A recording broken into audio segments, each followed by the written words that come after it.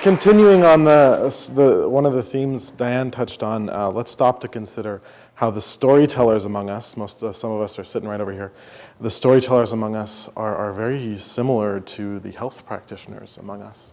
I don't know how, but let's just think about it while my first slide comes up, because I knew this would happen. All right.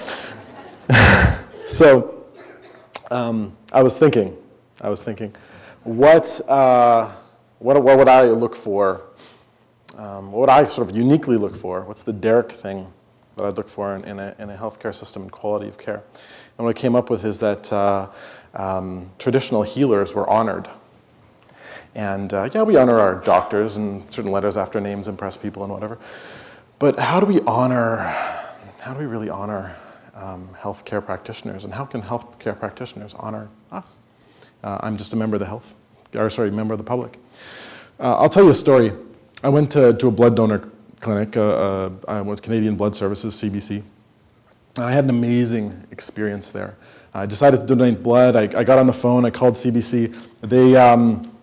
It was 10 p.m. when I called them, and I got a real person on the phone. And I was like, whoa, they really want my blood. Like, it's 10 p.m. This is a nationwide organization, so that's 1 a.m. Eastern. But not only is it a person, it was a nurse. Or they connected me to a nurse, and this nurse answered my questions and got me ready to come down and got the appointment. So I set up the appointment, got in my car on the day of the appointment. It was raining. And you drove to the hospital, and what do we all know about hospital parking lots? They make you pay too much, right? So it's just how it is. So, and you know, you're there to see a loved one who's hurting, or you're hurting, and you're just, oh, the stupid hospital. So I'm getting like, oh, and they're gonna make me pay because CBC is down here is near the hospital, and I get there, and there's these red outline spots, not white, but red, in the parking lot, and they're for donors. And so I drive up, and I'm like, I am being honored here. Like, wow. Get out. It's like rolling out the red carpet. Red carpet, get it? Anyway, so I walked like the 5 steps to get to the reception. And in the reception, there's 2 bits in the reception. There's Canadian Blood Services. Or is it Services, not CBC? Whatever it is. I'm just a member of the public. What do I know? So CBC's over here. And then over here, there's Just for Donors. This is Just for Donors. So I walked up to the Just for Donors. I'm like, wow, I kind of skipped the line, and I'm over here. And they put me through a brutal experience in some sense. They poked me and prodded me, and they took blood samples, and it hurt. And they also asked me to fill out a form that just asked incredibly personal questions. And I know there are actually ethical issues around what they ask and who they allow to give blood to. So I'm sensitive to that, but that's not what I'm talking about today. Just want to acknowledge that. But like a lot of the questions made me want to run away. Like they were incredibly personal about my sexual history, about my health, very personal. But the way they handled this was amazing. They gave me this form, and they said, fill it up, but only up to here.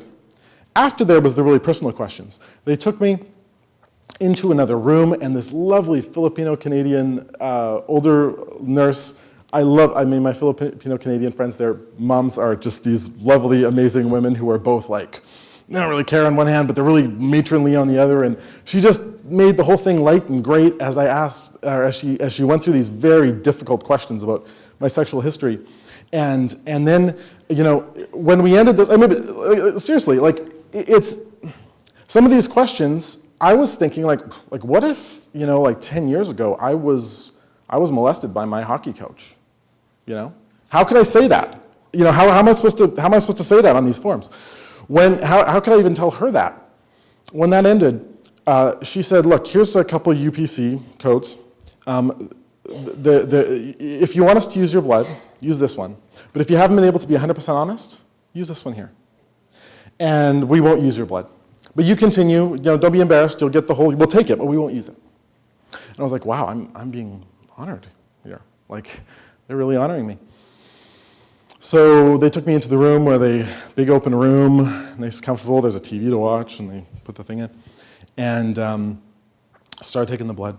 And I turned, and there was my friend Aaron Fedora. Aaron's an interesting guy. Aaron is the most conservative, libertarian person I know, okay? And I'm kind of lean left. And so we argue, and we argue, and we argue. But Aaron, just like frustratingly with so many of those stupid conservatives, he's like so like giving, and he just goes to, this has been like his 20th time giving blood or something. And so we turn and start talking to each other about the chairs. And we talk about this and that. And it was a great time with him because we were kind of joined by this thing now we were doing. And then we went to this table afterwards where we were just chilling after at the table. And I got to talk to all these people who I had nothing else in common with besides the fact that I was giving blood, you know? And like, how often do you get to do that? So we're sort of just chatting, and or they had cookies there for us, and little treats, and the treats they choose are the treats you want when you're a kid. And they know that. Somehow they just know that you're going to want that somehow after this sort of traumatic experience of telling them about all your past, and then your medical stuff, and getting jabbed and poked and stuff. And so I sat there thinking about this, and like I've been saying throughout, I just kind of felt honored. Like I felt like, yeah, this is a difficult process, and yeah, there are like ethical questions and stuff, no doubt. I hope those are worked out, but I was honored. And I think when you give something, you get it in response. So I wanted to honor them. About that time, a lovely older lady came. She was probably in her early 80s. She was a volunteer. She had shock white hair and blue eyes, and she had this plate of cookies. And she said, "Would you like some cookies? Thank you so much for giving blood today." And I was like, every person should have the experience of having a nice old lady give them cookies. So I mean, that's just a story. It was my experience. I hope you can think about it and think about how in your areas you can have that similar, provide that similar level of care and honoring people, because then they start honoring you back. And so, in particular, I just want to really, again, honor the people who innovated, like from my heart, the award winners. Like, thank you guys, because that stuff matters. Like the stuff with the pediatric stuff is what got my heart. I don't know where you guys are. But like that stuff matters, and the dementia stuff, like just from the public, I just want to honor you and thank you guys for being so amazing, for taking care of us, and for being our healers. So God bless you.